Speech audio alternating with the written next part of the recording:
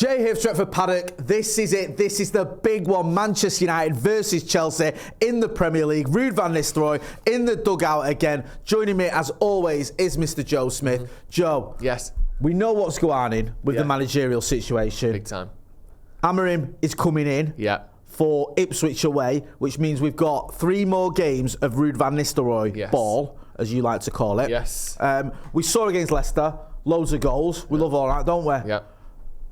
Why is that happening, and do you think this is going to carry on for Chelsea? Well, that's the question, isn't it? Will we see United in rude health, or will it be a rude awakening? That's all we've got to find out in these next few weeks, Jay. Really strong, that. Yeah. First things first, really goals.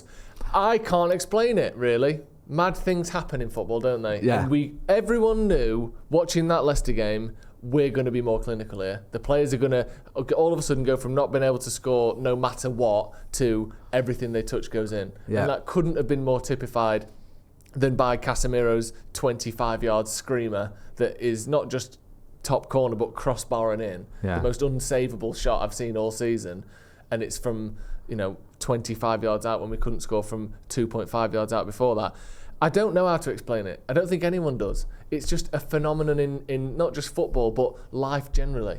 Like, pressure and stress make people worse at things. Yeah. And when some of that pressure is alleviated, all of a sudden things start going your way.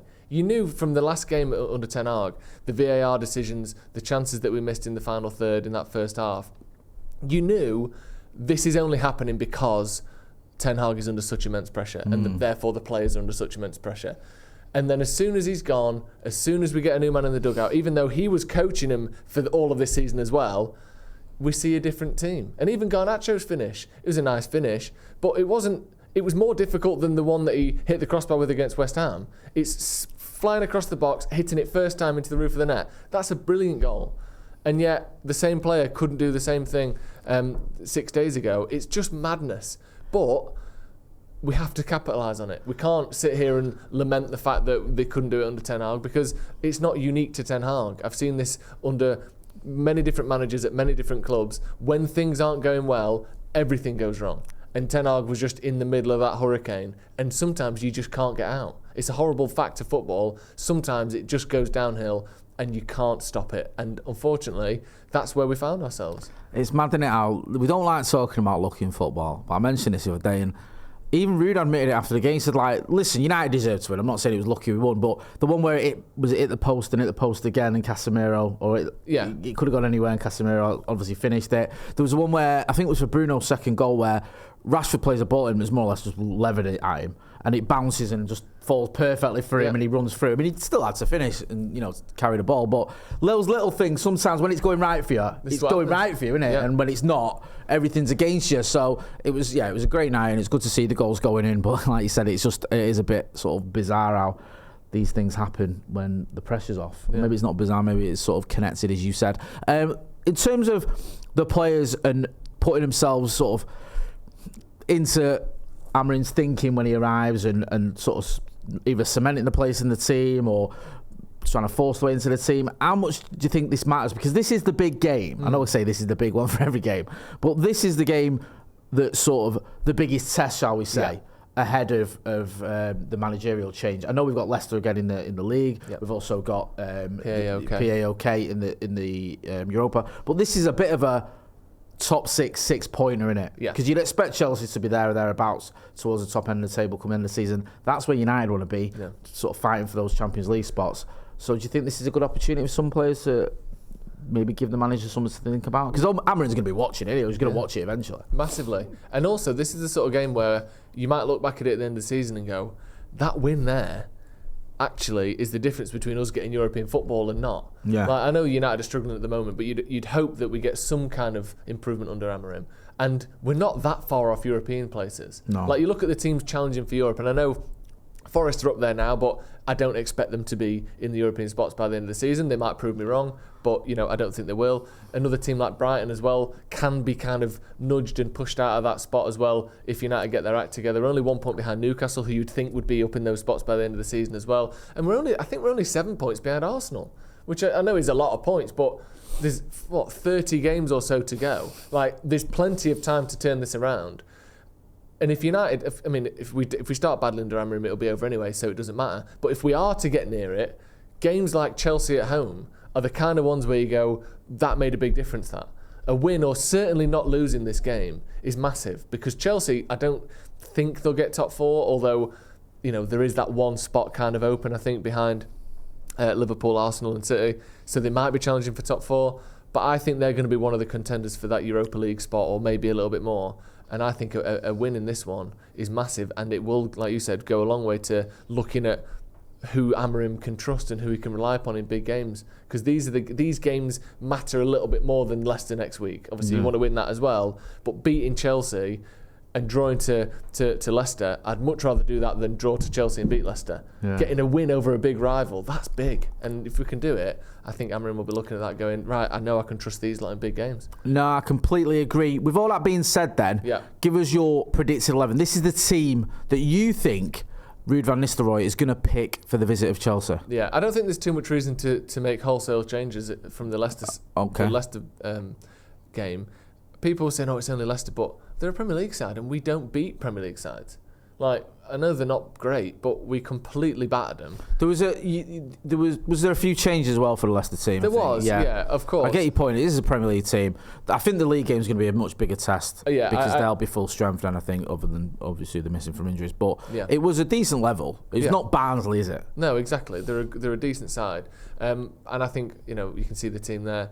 I think that back four, I wouldn't go with Martinez at left back again. I think I'd bring Mazraoui back in.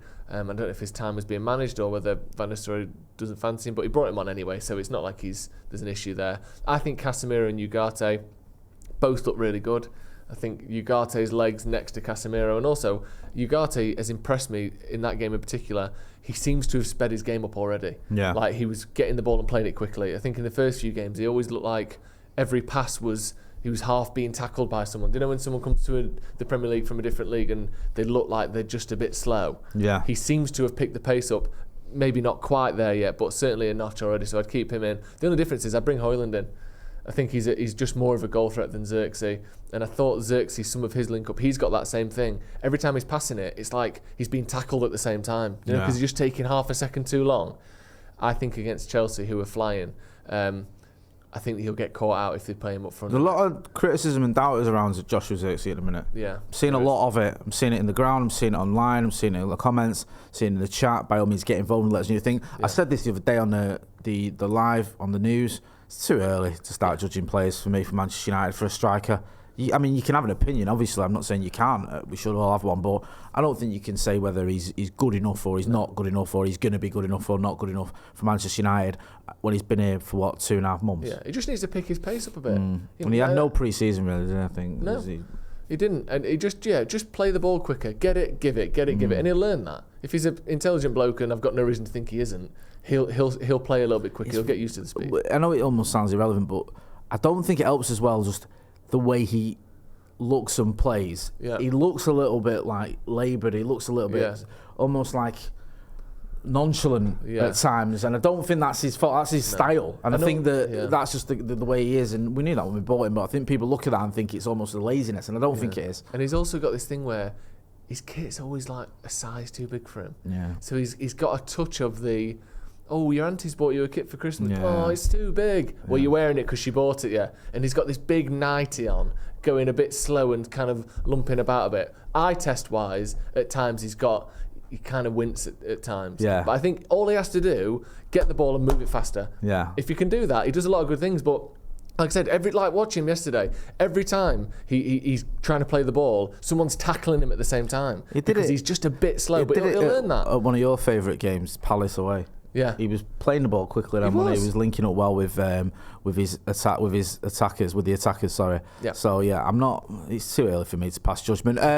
Yeah, I've almost agreed completely with you. Yeah. The team is identical, other than I think he'll go with Diallo over Garnacho just to mix it up a bit. I thought Diallo did well when he came on. I know Garnacho obviously did well, got his goal against Leicester. I just wonder whether Diallo might be due a start, and the caretaker manager, Ruud, might just think, you know what, let's give Diallo a start for this one, because the games are coming thick and fast, so you can mix it up a little bit. Obviously, Højlund sat it out the other night. He didn't start.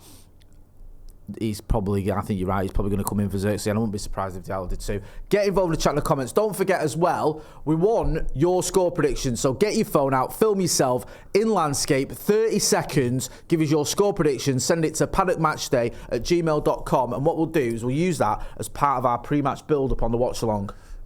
Question for you, what did you say then? Get your film out, what was the next line? Give us your score predictions. No, there's get yourself, film yourself. In landscape. Yeah, good point. Yeah. I saw your pre-match prediction the other day, Jay, before the... Yeah, and I know what you're going to say. You filmed yourself in portrait. Yeah, well, let me ask you a question. Do you agree with filming children that aren't your own in restaurants and putting them on the internet? Do you? What? It's a simple question. Do you agree with filming children that aren't your own in restaurants and putting it on the internet? I hadn't done that. Because the answer should be no. Because I was having a meal before I went to the game. Ben, who obviously didn't have access to my prediction from the preview that we did, said, can you send me a prediction, quickly, basically. Yeah. So I went like that, and in shot was a family behind me. And I was in a rush, so I just went like that and filmed it. So I just cut off everyone, and it was just me. Is that okay? Or would you like me to just film children It's very randomly? much a do as I say, not as I do message, yes, isn't it? That's how I operate. Okay, you know what? Yeah. Film yourself in landscape unless there is someone else's child in the background. Yeah. Ideally, film yourself in a landscape. Maybe go to the Peak District and film your prediction. So, yeah, thank you very much. I mean, I could have got up and just gone to the toilet or something and filmed, but I felt like the urgency was there, so I just had to do it quickly. What was your first true reaction, didn't you? That's fair. Okay, I take it back. That was it. Let's get to Chelsea. I'm sorry, Jay. I'm sorry. It's all right. No, it's a fair comment because we see it all the time. Andy Tate loves filming himself in portrait, doesn't he? We're saying, landscape, man, come on, what's the matter with you? Chelsea, 5th in the Premier League. Doing all right, aren't they? Little bastards. Goals for 19 goals they've scored, only one fewer than Manchester City and 2 more than the Scousers and Arsenal. So they are banging him in no small measure thanks to Wythenshawe's finest. Yeah. Oh, you lot have commandeered him, haven't you, from Stockport? Where's he from, old Cole Palmer? Well, conflicting reports. He knocked about in Stockport. I think he sort of, I don't know whether he grew up in one or went to school in the other or something, but he's got Stockport links. He's from Manchester and he's a United fan, but he plays for Chelsea, and he's got 5 goals, 7 assists in 9 games. Or 7 goals and 5 assists, if you want to change it round so it's accurate. Interchangeable, but he's got 7 goals, 5 assists in 9 games, whatever. It's like portrait and landscape. You can do it either way. Exactly, and it's all the same. Yeah. Basically, it's like the whole thing. 10% of 90 is the same as 90% of 10. Percentages are. Is that's beautiful? That. It's true. Is that a poem? Percentages. Any percentage. 5% of 50 Wordsworth. is the same as 50% of 5. That's a fact. What, like maths and that? Yeah. I love goals that. and assists, they're the same. It's just XG or whatever. Okay. I love numbers, mate. Love all the numbers. Big fan of them all. Favourite one? Probably yellow. Right. Carry on. The thing with Cole Palmer is, he's doing a Bruno Fernandes in his first season where he could carry them to a Champions League spot. And you may scoff at that, but that's kind of what Bruno did when he arrived at United. We were shocking. We'd just been beating off Burnley at home. And he came in and just kept scoring loads of goals and setting up goals and carried the team into 3rd. And it wouldn't be beyond the realms of possibility that Cole Palmer did something similar, to be honest with you. No. He's been smashing it this season and last season, as you was pointing out off camera. Phenomenal player. Yeah, he's as good almost as anyone in the league at the minute. And do you know what's good about him as well? I hate to, completely go mad off an opposition player. Yeah. But it feels like he gets to be himself, which is so rare with top players these days. Like, you watch him and you think he's just allowed to express himself. Yeah. And you see a creative, sort of thoughtful, intelligent footballer. And I think that's one of the reasons he's so exciting, because he's not a sort of mindless droid that's been put into a system and not allowed to do anything outside of that. You get to actually see what he's about. Do you know what the mad thing is as well? When I did that video, the portrait video, you've lambasted me over. Whatever. I was with someone who's related to Cole Palmer. Well, sort of, right? Let me explain. This is the most tenuous link of all time. Yeah, it's right.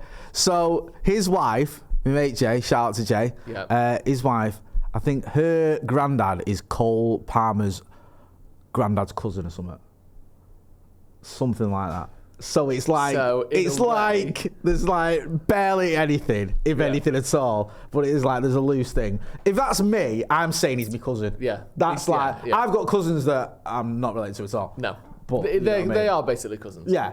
There's like a loose Is he a big connection fan of him then? Yeah. It's his family. And all that. Yeah.